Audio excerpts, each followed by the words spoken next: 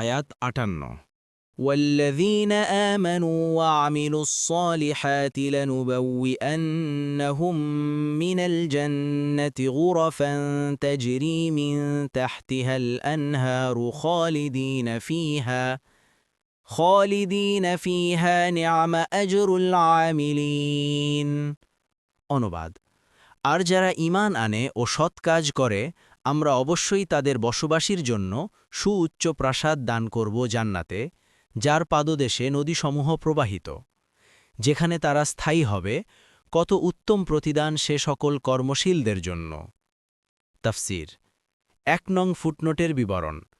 সে সমস্ত প্রাসাদ সম্পর্কে রাসূলুল্লাহ সাল্লাল্লাহু আলাইহি ওয়াসাল্লাম বলেছেন, নিশ্চয়ই জান্নাতে এমন প্রাসাদ আছে যার অভ্যন্তর থেকে বাইরের অংশ দেখা যায়, আর বাইরের অংশ থেকে অভ্যন্তরের অংশ দেখা যায়।